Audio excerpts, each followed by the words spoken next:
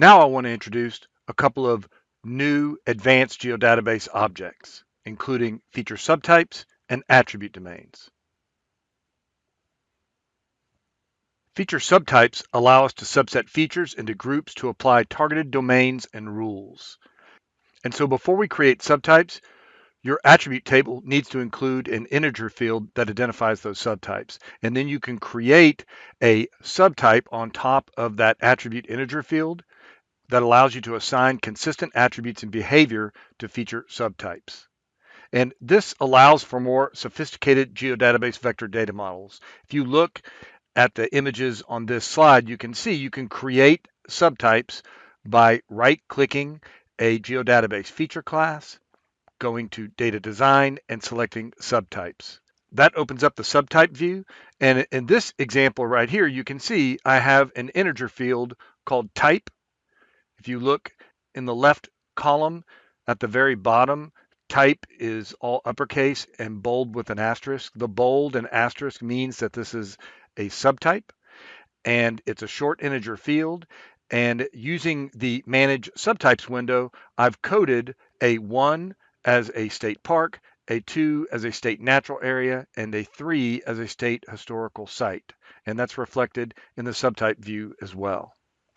And so when we both load a feature class with subtypes in ArcGIS Pro, it automatically breaks out or symbolizes that feature layer by subtype. And then when we try to update the attributes for a subtype, so in the lower right-hand corner, you can see the attributes for the TPWD_boundary feature class. And when I update the type field, I get a drop down because it's restricted to Type 1 is state park, type 2 is state natural area, and type 3 is state historical site. So I only get one of those three options. So now that I've created a feature subtype, I can create additional domains and rules that apply to different subtypes within the TPWD boundary to the state park, state natural area, and state historical site. And I'll talk about that in just a second when we cover attribute domains.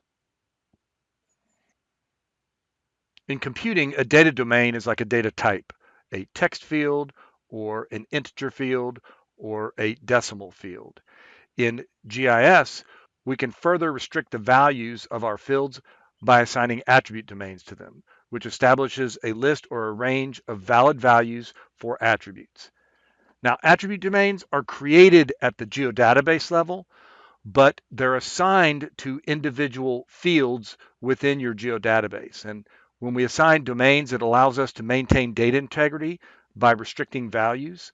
So if I had a street type field, the user could enter in, for example, avenue spelled out, avenue as AVE or avenue as AV. And then, of course, that would create some data problems down the road when I wanted to symbolize and analyze my data.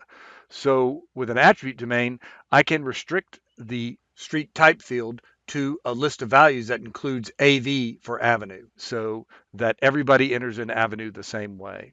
I can also streamline attribute entry when you create attribute domains and assign them to a field, and then you go to update the values in that field. If it's a coded domain, then you can only select a value from a list of coded or legal values for that particular field.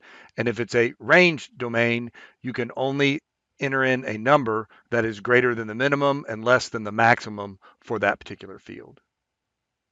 Last, attribute domains allow us to more accurately model our entity attributes, which what we're trying to do in GIS is model the world, and attribute domains is a way for us to more precisely model that world in GIS. And if you look at the images on this slide, you can see that we can create or access our domains in catalog by right-clicking on our geodatabase and selecting domains. This opens up the domains view. You can see the top window there. I have a domain I called use. It's a long integer field and it's a coded value domain. And then if you go over to the far right, you can see there's three different codes, 1, 2, and 3. And 1 equates to recreation, 2 to preservation, and 3 to interpretation. Now, once I've created the domain at the geodatabase level, now I need to assign it at the individual field level. And I can do that at the field level or at the subtype field level.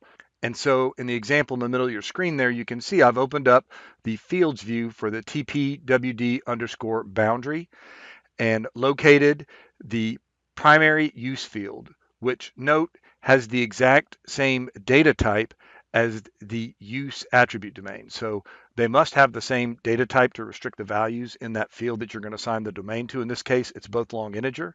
And so I can assign the domain use to the primary use field, and I can even set the default value. In this case, I'm setting it to recreation.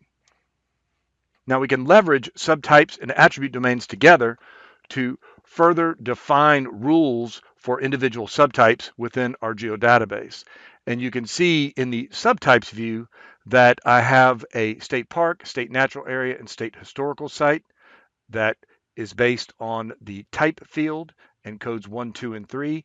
And then I've gone further and assigned domains to the primary use field to individual subtypes within the TPWD boundary feature class. So for state park, I assign the subtype use and the default value is recreation.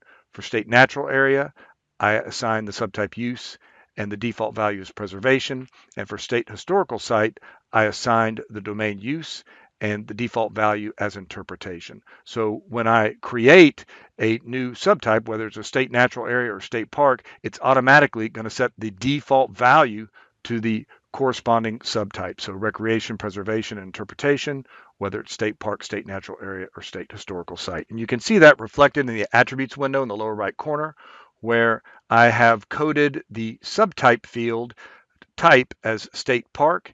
And in doing that, the primary use field is automatically set to the default value, which is restricted to recreation, preservation, or interpretation. And in this case, since I selected state park, it automatically assigned the primary use as recreation. So again, that last bullet point there, one of the primary goals of attribute domains and subtypes is to more accurately model our world.